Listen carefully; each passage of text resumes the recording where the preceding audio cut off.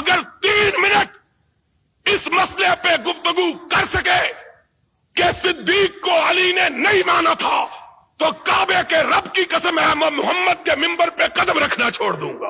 اور نہیں مانتا نہ مان, تیرے ماننے سے کیا فرق ہے؟ ہم سے کیوں لڑتا ہے؟ لڑنا ہے تو حسین کے نانے سے جا کے لڑ, جس نے اپنی زندگی میں صدیق کو اپنے مسلح پہ کھڑا کیا, ان سے جا کے لڑ. آج نہیں لڑتا تو قیامت کے دن لڑ کے دیکھ لینا. تیرا شمار محمد کے ساتھ لڑنے والوں میں ہوگا, ہمارا ساتھ محمد کی بات پہ گردن کے جھکانے والوں کے ساتھ ہوگا. تو کون ہوتا ہے نہیں مانتا؟ اور نہیں مانتا تو علی کو پوچھ اس نے کیوں مانا تھا. اور آج بات آئی ہے تو سن لو, یاد رکھنا بات کو. اور خدا کے فضل و کرم سے علماء کو مخاطب ہو کے کہتا ہوں کہ تم نے بھی یہ بات کبھی نہ سنی ہوگی. نبی کی سنت کے 3 طریقے ہیں اس بات کے. سنت کہتے ہیں قولی سنت کو, نبی کے قول کو, نبی کے فعل کو, نبی کی تقریر کو.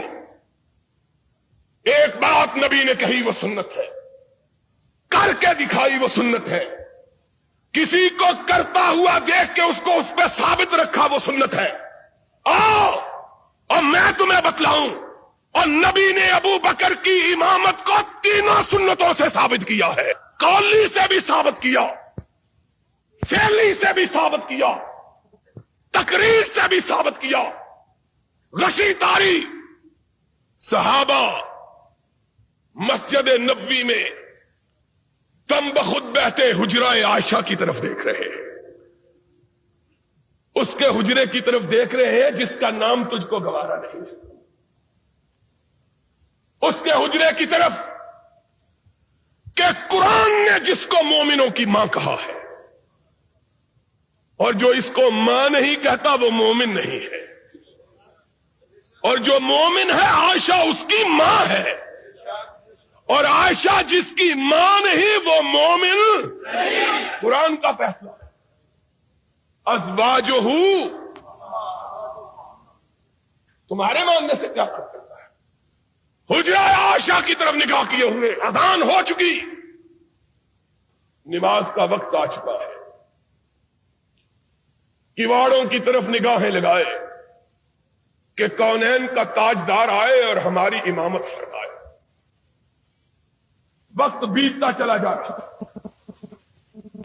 بلال با چشم نم اٹھے, آقا کے دروازے کے قریب ہو کے کہا الصلاۃ الصلاۃ, نماز.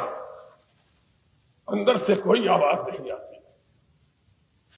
بلال کی آواز ٹوٹ جاتی ہے, دل شکستہ ہو جاتا ہے. آج اندر سے کوئی آواز نہیں آ رہی, نہ جانے میرے آقا پہ کیا بیت گئی ہے. صحابہ منتظر, آہیں کراہوں میں اور سسکیاں چیخوں میں تبدیل ہونے لگی. اللہ, آج کیا وجہ ہے کہ کونین کا تاجدار ہماری امامت کے لیے نہیں آ رہا؟ سرور کائنات بیماری کے عالم میں اپنے بستر پہ تشریف فرما, امہات المومنین گرد میں بیٹھی ہیں. آقا نے آنکھ کھولی. آقا, صحابہ آپ کی آمد کے منتظر, اور بلال کئی دفعہ آواز دے چکا, صدا دے چکا ہے الصلاۃ. نگاہ اٹھائی, فرمایا مروا ابا بکر فلیصلی بالناس, جاؤ اور فیصلہ آج اسی بات پہ کر لو. کب کہا, کس کو کہا اور کیا کہا؟ بنو ہاشم کے لوگ موجود ہیں, اپنے داماد موجود ہیں, اپنے چچا کے بیٹے موجود ہیں, عقیل موجود ہے, علی موجود ہے, ابن عباس موجود ہے, فضیل موجود ہے, اور تو اور رسول کا باپ موجود ہے. وہ باپ جس کے متعلق آقا کائنات نے کہا تھا ان عباس امی سن وہ ابھی، عباس میرا چچا ہی نہیں محمد کا باپ بھی ہے۔ اور وہ عباس جب جنگ بدر میں قیدی تھا اور قیدیوں کے ساتھ بندھا ہوا تھا تو صحابہ کہتے ہیں ہم نے آقا کے خیمے پہ نگاہ ڈالی، دیکھا کہ آقا کے خیمے سے سسکیوں کی آواز آ رہی ہے۔ لوگ اجازت پا کے حضور میں حاضر ہوئے، یا رسول اللہ آپ اور آپ کی آنکھوں میں آنسو؟ فرمایا میرا چچا عباس قیدیوں میں بندھا ہوا ہے، محمد کو چین کیسے آ سکتا ہے؟ وہ چچا عباس ایمان لا چکا، اسلام قبول کر چکا اور سرور کائنات کے دست مبارک سے خلعت فاخرہ حاصل کر چکا۔ صرف چچا ہی نہیں، بنو ہاشم کا سردار بھی۔ اور کیا کہوں، تمہاری روایات کے مطابق حسن بھی موجود ہے، حسین بھی، لیکن امامت کے لیے میرے آقا تو نے پکارا تو کس کو پکارا؟ یہ سارے موجود۔ کہا مرو ابا بکر فلیصلی بالناس، جاؤ میرے چچا عباس کو کہو، میرے داماد علی کو کہو، میری دو بیٹیوں کے شوہر عثمان کو کہو، میرے لختے جگر حسن کو کہو، فاطمہ کے جگر گوشہ حسین کو کہو، تم پیچھے کھڑے ہو جاؤ، عائشہ کا باپ آگے کھڑا ہو جائے۔ مرو ابا بکر فلیصلی بالناس، جاؤ ابو بکر کو کہو آگے کھڑا۔ اور کس کی مجال ہے کہ دم مارو؟ کوئی اعتراض کر کے دیکھے تو صحیح، وہ اعتراض کرنا تھا تو اس دن کرتے، کیوں نہیں کہا؟ آقا کس کو آگے کھڑے کر رہے ہو؟ کون بولے؟ کس کی مجال ہے کہ لفظ پائی؟ اور صدیقہ بولی، میں نے کہا کہ بولی نہیں، عرش والے نے بلوایا تاکہ بات پکی ہو جائے۔ کہا یا رسول اللہ کسی اور کو کہہ دیجیے۔